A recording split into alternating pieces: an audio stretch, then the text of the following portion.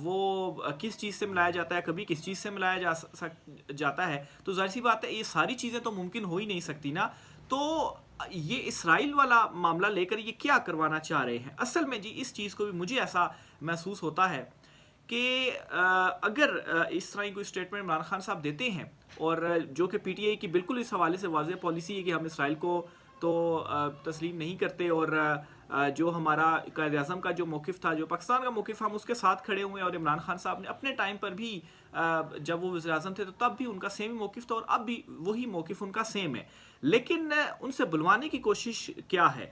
Issue یہ ہے جی کہ اگر عمران خان صاحب یہ ابھی کہہ دیتے ہیں تو وہ ایک نیا اور تازہ سٹیٹمنٹ آ جائے گا خان صاحب کا. اس سٹیٹمنٹ کی بنیاد کے اوپر یہ اپنی جو لابی ہے وہ مزید تیز کریں گے, کہیں گے جی دیکھیں جی یہ تو عمران خان ہے, یہ تو آپ کے حوالے سے یہ باتیں کرتا ہے, تو آپ اس کو جو ہے اس کا جو ساتھ ہے وہ آپ دیں گے. تو یہ اس کا جو ایک مقصد ہے وہ نظر آ رہا ہے. نہیں تو دیکھیں نا اس کے پیچھے اور کیا ہو سکتا ہے.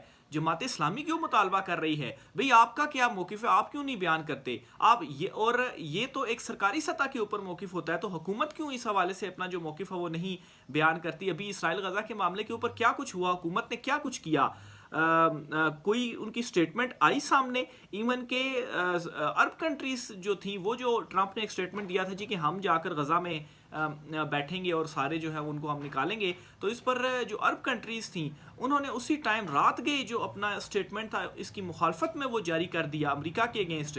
لیکن یہاں سے ہماری جو یہ اشرافیہ ہے, طاقتور یا جو چنتخب ہیں یا جو رجیم والے ہیں, انہوں نے کچھ بھی نہیں جو بات ہے وہ کی. تو اصل میں تو آپ نے سٹیٹمنٹ دینا تھا سرکاری سطح کے اوپر. تو یہ ایک جو ہے وہ ایک بڑی, میں سمجھتا ہوں جی اگر ان چیزوں کو بغور مشاہدہ کیا جائے تو عمران خان کو اس وجہ سے جو ہے وہ بلوانا یہ چاہ رہے ہیں, اور پی ٹی آئی کو جو ان کی لیڈرشپ یہ کر رہی ہے, مولانا فضل الرحمان کے وفد سے ملاقاتیں وغیرہ کر رہی ہے, ان کو بھی اس بات کا جو ادراک ہے وہ ہو چکا ہے, شک ہو چکا ہے. بہرحال جی آخر میں انہوں نے پھر یہی کہا جی کہ عمران خان صاحب سے ہم ملیں گے. عمران خان صاحب سے ملنے کے بعد عمران خان صاحب جو موقف دیں گے یا جو ان کا بیان آئے گا تو اس کے تحت ہم جو ہے وہ آگے چلیں گے. اب عمران خان صاحب سے ملاقات نہیں کرنے دی جا رہی, تقریباً ایک ہفتے سے اوپر ہو گیا. عمران خان صاحب کی فیملی تک ان سے نہیں ملی. پولیٹیکل ملاقاتیں تو پہلے ہی بند ہو گئی تھی. آج توشہ خانہ 2 کیس کی سماعت تھی, لیکن اس کو بھی منسوخ کر دیا گیا اچانک. پہلے تو کیسز میں لمبی تاریخیں ڈال دی گئیں, اور اب جب ڈیٹ آئی تو کیس کو ہی منسوخ کر دیا گیا. اور یہ بڑی غیر معمولی طور پر اس طرح سے ہوا کیونکہ عمران خان صاحب کے کیسز تو روزانہ کی بنیاد پر بڑی تیزی سے آگے بڑھ رہے تھے. 9, 10, 12 بجے تک آپ جو ٹرائل ہے وہ چلاتے تھے جب عمران خان صاحب کو سزائیں جو ہے وہ سنانی تھی. تو اصل مقصد اس کے پیچھے کیا ہے جی کہ عمران خان صاحب کا کوئی موقف باہر نہ آ جائے, کیونکہ یہ ٹائم بہت زیادہ امپورٹنٹ, پریشیس اور ڈیسائزیو ہے, خاص طور پر اپریل کا مہینہ. تو اس دوران اگر عمران خان صاحب کو کوئی سٹیٹمنٹ باہر آتا ہے, کوئی احتجاجی کال عمران خان صاحب دیتے ہیں, لوگ سڑکوں پر آتے ہیں, اپنی پارٹی کو کوئی وہ ڈائریکشن دیتے ہیں, عوام کو کوئی وہ پیغام پہنچاتے ہیں, تو یہ مسئلہ کریٹ جو ہے وہ اس سے ہمارے لیے ہو سکتا ہے. اور دوسرا, اگر ملاقاتیں نہیں ہوں گی تو اس سے عمران خان صاحب کے اوپر مزید جو پریشر ہے وہ ہم ڈال سکیں گے, نفسیاتی دباؤ مزید ڈال سکیں گے کہ عمران خان صاحب جو ہیں وہ مان جائیں. اور یہ کوششیں اب مزید تیز جو ہیں وہ ہو گئی ہیں, اور اپریل کے مہینے میں عالمی سطح سے بھی کچھ بڑے بڑے جو فیصلے ہیں وہ آئیں گے, اور ان کا امپیکٹ بھی پاکستان کے اوپر ہوگا. تو یہ ساری چیزوں سے بچنے کے لیے جی اگر عمران خان صاحب کوئی سٹیٹمنٹ ہی نہ آئے, یا جو وقت اس وقت کم رہ گیا اور اپریل ڈیسائزیو کا مہینہ, اس سے پہلے عمران خان صاحب کو اگر منا لیا جاتا ہے, کوئی ڈیل لے لی جاتی ہے, تو پھر تو ستہ خیرہ ہو جائے گی. تو یہ ایک جو مقصد ہے وہ سمجھ میں آتا ہے, جو کہ ملاقاتیں نہیں ہونے دی جا رہی. اب جو مولانا سے ملاقات بھی ہوئی ہے, اس کے بعد اب پی ٹی آئی کا وفد کیسے ملاقات کرے گا عمران خان صاحب سے؟ ملاقاتوں کے اوپر تو اس وقت بین جو ہے وہ لگایا ہوا ہے. اور اوپر سے جی اسی سے ریلیٹڈ ایک اور خبر بھی آپ کو شیئر کرتا چلوں کہ اسلام آباد ہائی کورٹ میں جی جیل حکام کو عمران خان سے وکالت نامہ دستخط کروا کر پیش کرنے کی ہدایت. اچھا, وکیل جو ہیں عمران خان صاحب کے جی, انہوں نے یہ اسلام آباد ہائی کورٹ سے رجوع کیا تھا کہ میں ان کا وکیل ہوں, تو وکالت نامے پر عمران خان صاحب کے دستخط ہونا ضروری ہیں, تو ہمیں ملنے کی اجازت دی جائے. تو آپ دیکھیں کس حد تک نہیں ملنے دیا جا رہا ہے, کہ اب عدالتوں سے بھی یہ فیصلے آ رہے ہیں کہ بھائی آپ ایسا کریں.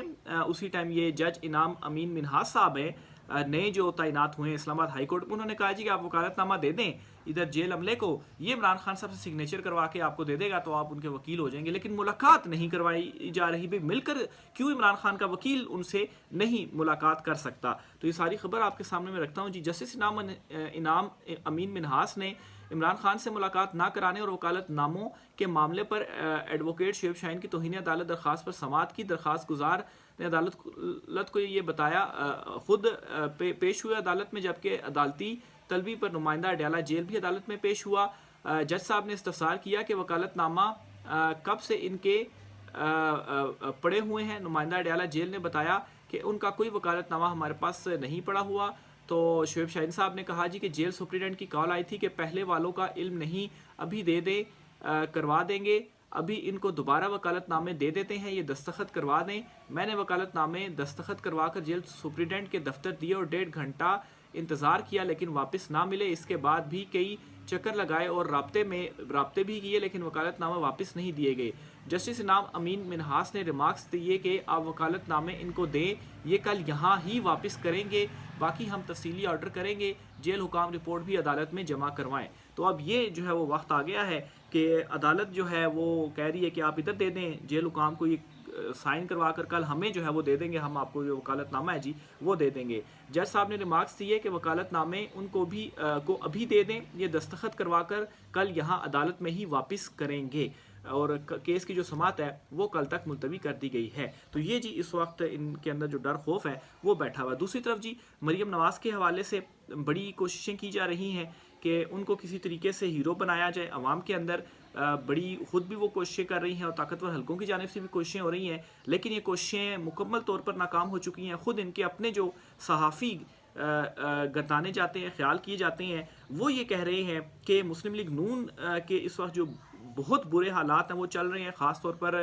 پنجاب کے اندر. اچھا جب یہ بات کرتے ہیں نا خاص طور پر پنجاب کے اندر، تو اس سے تاثر ملتا ہے کہ شاید باقی صوبوں میں بڑی ان کی پاپولیرٹی. ارے بھائی باقی صوبوں میں تو یہ ہے ہی نہیں، یہ تھے ہی صرف پنجاب میں. پوری ہسٹری میں جتنی بھی نون لیگ کی رہی ہے یہ سارے پنجاب میں ہی رہے ہیں، پنجاب سے ان کو ووٹ ملتا رہا. باقی صوبوں میں تو یہ کبھی تھے ہی نہیں. تو پنجاب میں نے جو ہے وہ اب ان کو جو ہے وہ ریجیکٹ کر دیا ہے، جس کے بعد یہ فارم 47 پر جو ہیں وہ آئے. تو بہرحال جی برے حالات اس وقت ان کے چل رہے ہیں. وہاں سے خود جو گواہیاں ہیں وہ ان کی آ رہی ہیں. یہ صرف عمران خان ہی ہے جو کہ اس وقت پورے ملک میں اور چاروں صوبوں میں، گلگت بلتستان میں، آزاد کشمیر میں وہ مقبول ہے. کے پی میں اس کی حکومت، اے جی آزاد کشمیر، گلگت بلتستان میں بھی اسی کی حکومتیں تھیں. ایون کہ پنجاب میں عمران خان صاحب کی حکومت ہے اگر فارم 47 کے اوپر یہ جعلی طور پر نہ آتے.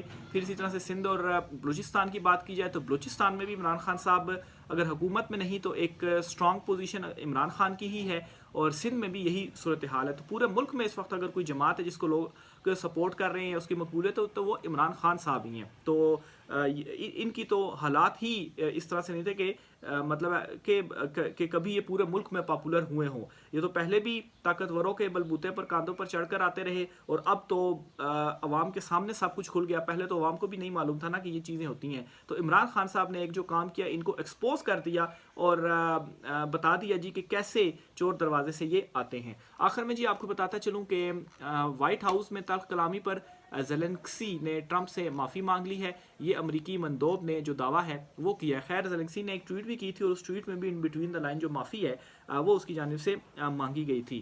خبر آپ کے سامنے رکھتا ہوں جی کہ جو یوکرینی صدر ہے زیلنسکی، انہوں نے ڈونلڈ ٹرمپ کو خط بھیج کر معذرت کی ہے جس میں انہوں نے وائٹ ہاؤس میں پیش آنے والے واقعے پر افسوس کا اظہار کیا. وائٹ ہاؤس میں اس تلخ کلام ملاقات کے بعد امریکی ایوان نمائندگان کے اسپیکر مائک جانسن نے سخت موقف اپناتے ہوئے کہا تھا کہ زیلنسکی کو ہوش میں آنا ہوگا. اگر وہ معذرت کے لیے تیار نہیں ہوتے تو یوکرین کی قیادت کسی اور کو کرنی چاہیے.